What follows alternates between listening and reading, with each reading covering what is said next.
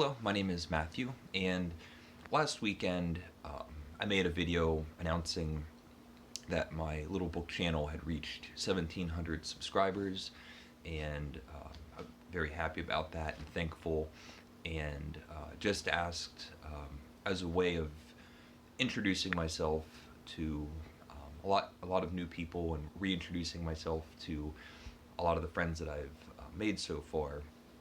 Um, I asked if anyone would like to um, offer any questions that I could answer about myself or whatever.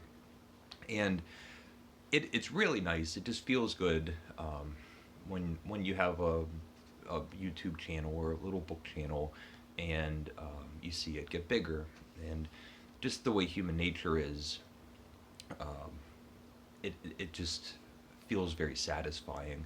But I do want to just take a moment and say thank you again. One of the things that I'm so happy about with my channel is the engagement that I've grown to have with so many of you. And I'm very thankful that the level of discourse is entirely courteous and polite. Negative comments or general rudeness has been so minuscule, it's not even measurable. Um, and so, thank you for everyone not being condescending or rude or anything like that. It's every day when I get messages, it's a positive experience. And so, um, uh, it's something that allows me to want to keep making videos because it's so great hearing from all of you. It's very positive. So I just wanted to say that. Um, I printed out all of the questions. I read them a few days ago, so they're not um, um, exactly at my mental ready. So a lot of this will just be um, my initial reactions, and if it goes along, we'll have a two-part video. We'll just see. The first question is from JT, and what are some reading challenges you've had on your reading journey? Any road bumps or certain books you weren't ready for? I'm just starting to read, so it would be interesting to see the perspective of someone who has had a little more time in the game. And then he says, haha. Um, and yes, I started reading late in life. I didn't start reading for pleasure until maybe 18, 19, 20 years of age, around then, before, when I was growing up and a young teenager. um, I might have read 5, 10 books, like, total, all the way through, um, for my own leisure time. So my reading comprehension was extremely limited, and I had a lot of work that I had to do. The main advice, if I would give any, would be to uh, read things that you were interested in. For me, the thing that clicked and allowed me to understand the pleasure of being an adventurous reader and becoming curious was just starting with reading things that I was already interested in. I don't know if that's helpful. Question number 2. This is from Laura Wicello. Congratulations and well deserved, Matthew. Thank you. My question is, when you finally read your first romance novel, and when will you read your first romance novel and bring us along for the ride? And that's a great question. I would ask for recommendations. Um, I know I know nothing about the genre, so yes, probably next year. If anyone out there can give me a few recommendations, I'll pick one, and I would be happy to read a romance novel. This is from Theanen. Theanon. My question is, could we get more Zoom chat video collabs? Who would be the people who would be the people you haven't connected with yet from BookTube that you think would be a good person to chat with? To chat with, and yes, I hope and want to have many more Zoom conversations with other booktubers, and also with anybody that's watching this. I think it's fun to record them and share them, but I've mentioned before, I'm also happy to just have a Zoom chat in private. That's always welcome. And there's plenty of people out there. I've had a Zoom chat with Jason, but I think we both would like to, Jason Harrigan from Byways in Bookland, but I think we would like to do a recorded one. We talked about having a Zoom chat about Edgar Allan Poe, and actually it's a good reminder because I have to reach out to him again. But there's a ton of other people. Brian from Bookish, I think that would be fantastic. Jack from the Rambling Raconteur. There's a whole list of people that I would want to talk to. So yes.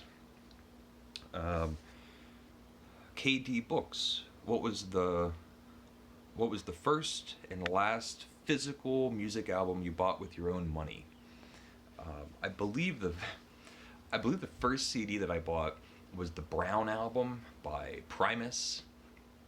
It's Les Claypool's band, I think, and I still like it. It's not a purchase that I would regret.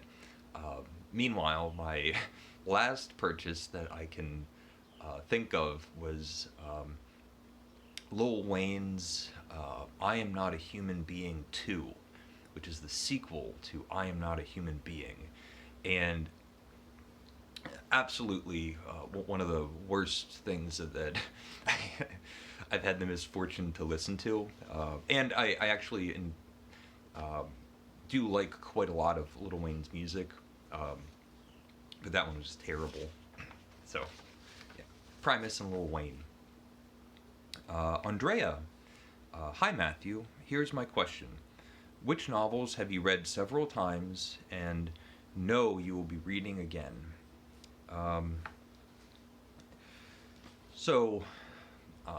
A lot of the Flaubert novels, a lot of the Dostoevsky novels are books that I enjoy revisiting.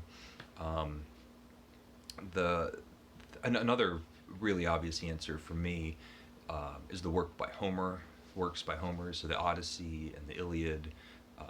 I really enjoy revisiting. There's short stories that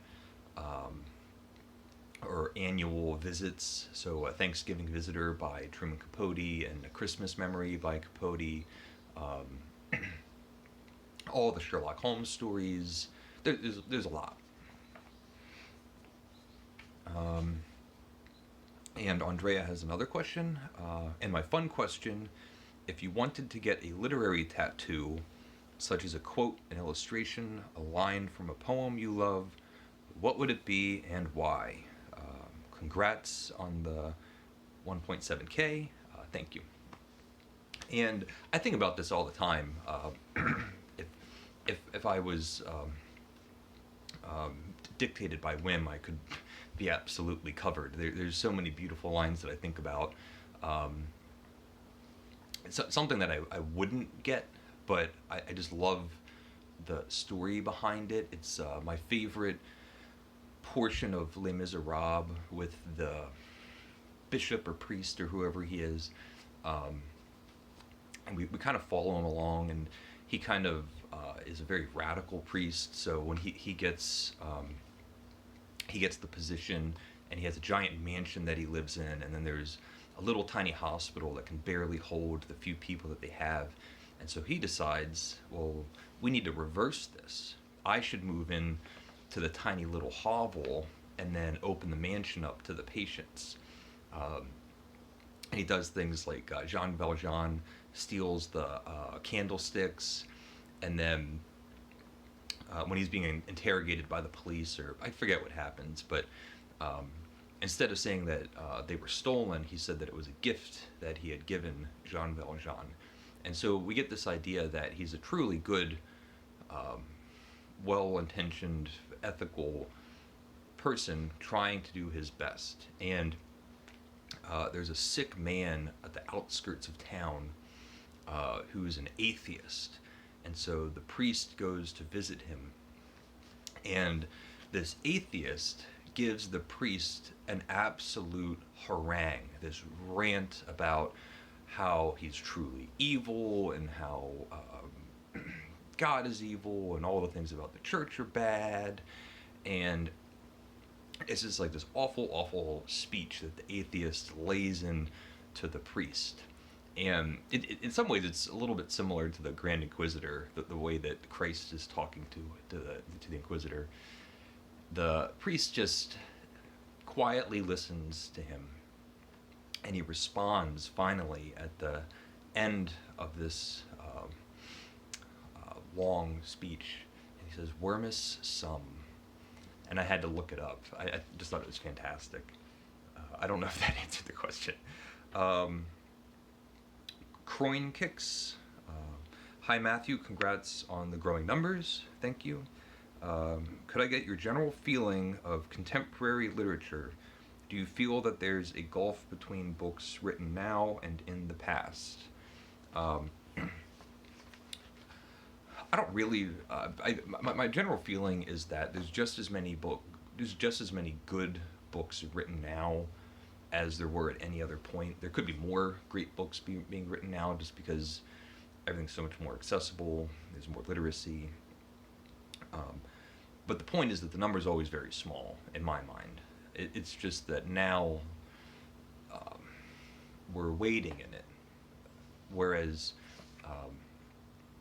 As time goes by, the good books percolate to the top. A trend that I feel is there's a thing that they say that those big fat books where you could tell that those old books where the authors were being paid by the word, and so they would just serialize things and they would go on forever, and in some ways they're kind of looked down upon. And I get the feeling that today, instead of authors being paid by the word, they're paid by the work.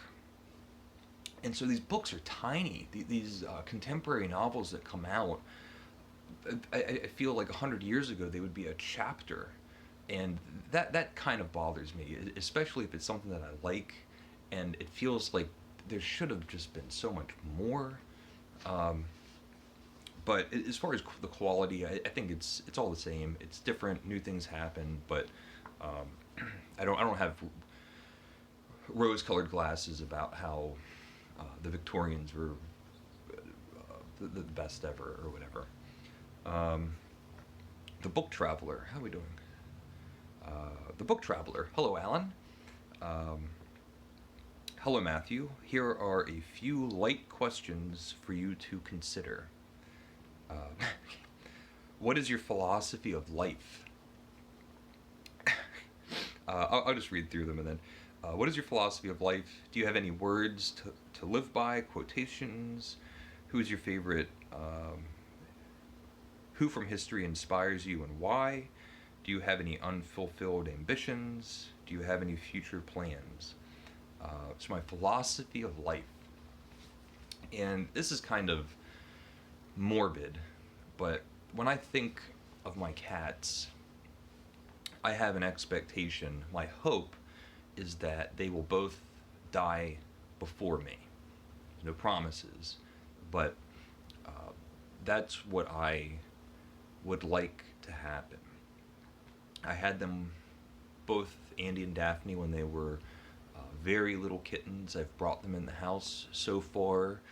I've been with them every morning and every evening.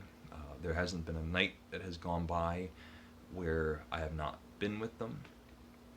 And I've seen them when they were little babies, and now Andy's a young man and Daphne's a young girl, and they are both going to grow up to be happy adults.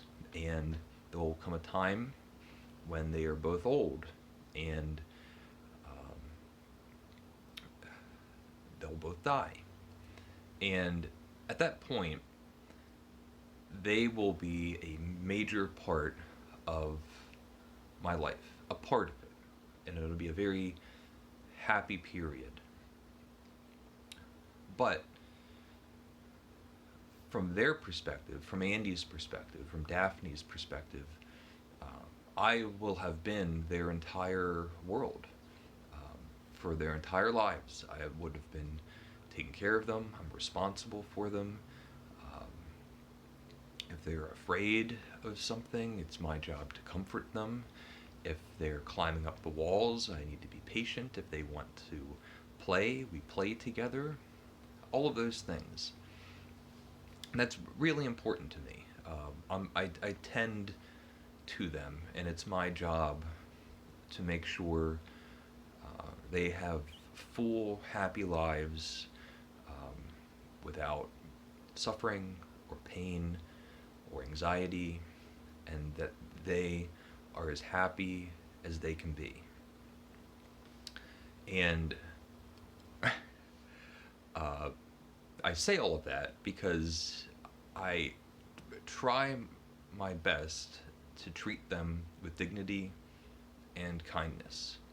And as well as I possibly can, I try to offer that same dignity and kindness to the people that I interact with. And with people, it's significantly more difficult. Do you have any words to live by or quotations? Not really. Who from history inspires you and why? Probably Michelangelo, the great divine Michelangelo. I love the story of his life. He, to me, is one of those figures that does really feel mythical and larger than life, and created work that it's hard to believe human hands created. And these marble statues feel like permanent fixtures that will never go away. I just love Michelangelo. Do you have any unfulfilled ambitions? Yes, I am full of them. And do you have any future life plans? And I do, unfortunately. It's a rather dimly lit road ahead. I really wish I had really clear, delineated lines for a career path. I go in a lot of directions, so I do have plans. Elena Pozharskia, I know that's not right. Your taste in literature is great, and I wonder if you can name any movies or musicians or artists that you appreciate the most, or maybe what you prefer in other types of art in general. Thanks in advance. One of my favorite movies is Harvey with Jimmy Stewart. It's about a 6'2" invisible rabbit, and James Stewart is Elwood Pete Dowd, and all he wants to do is go to the bar and have martinis with his imaginary rabbit friend. I love it. Musicians, the Beatles, Led Zeppelin, two of my favorites for like pop rock music. Artists, I just mentioned Michelangelo, but there's a lot of the there's a lot. I would just say Michelangelo. I like the Renaissance, Baroque period, also 19th century French painters, just extraordinary. Let's see, 19 minutes. Okay, so I guess this will be a two-part video. We'll see. I'm gonna just end this here, and then I'll pop back over.